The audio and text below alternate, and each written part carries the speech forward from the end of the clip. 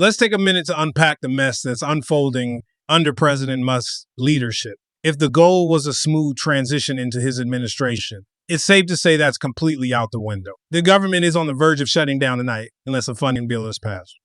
Originally, Democrats and Republicans had come together to negotiate a bipartisan deal. It wasn't perfect, but it had enough support to keep the government running. Then at the last possible moment, Trump and Musk stepped in and completely derailed the agreement. But before we get into the details, hit the subscribe button, like this video, and leave your thoughts in the comments. Thank you for your support.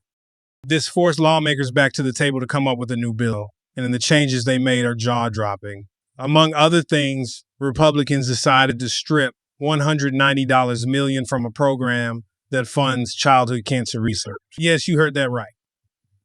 Childhood cancer research.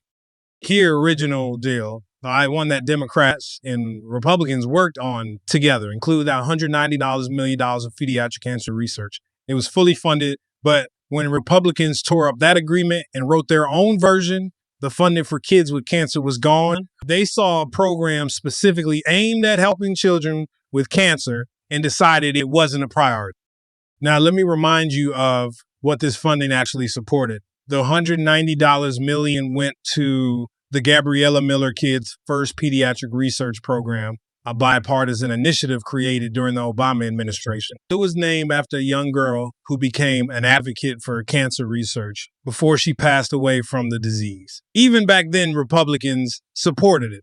In fact, Eric Cantor, a prominent Republican leader at the time, helped push it forward. But now, under President Musk's influence, that funding has been completely gutted.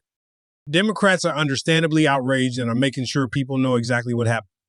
Senator Brian Schatz said, cancer, especially pediatric cancer, these people want to punish little kids to pay for tax cuts for the wealthiest corporations in history. Representative Sylvia Garcia added, Republicans bent over backward for Elon Musk to cut $190 million for a child cancer research program from the funding bill. Think about that for a second. The richest man in the world, Elon Musk, worth over $250 billion, just influenced the government to take $190 million away from children with cancer. That's not hyperbole. That's exactly what happened. And it doesn't stop there. Republicans are already signaling even more cuts in the future. Reports suggest they're planning to slash $2.05 trillion in mandatory spending. If you wonder where that money comes from, it's programs like Medicare and Social Security programs millions of Americans rely on. Let's not sugarcoat this. Republicans are openly preparing to take away benefits that people have earned and depend on, all to fund more tax breaks for billionaires. Even some Republicans are frustrated with the chaos. Representative Nicole Maliotakis has recently voiced her concern, saying she has no idea what's going on and that there's zero communication from leadership. But let's not pretend this is all on Speaker Johnson. Sure, he's part of the problem, but the bigger issue is that Trump and Musk blew up the original deal.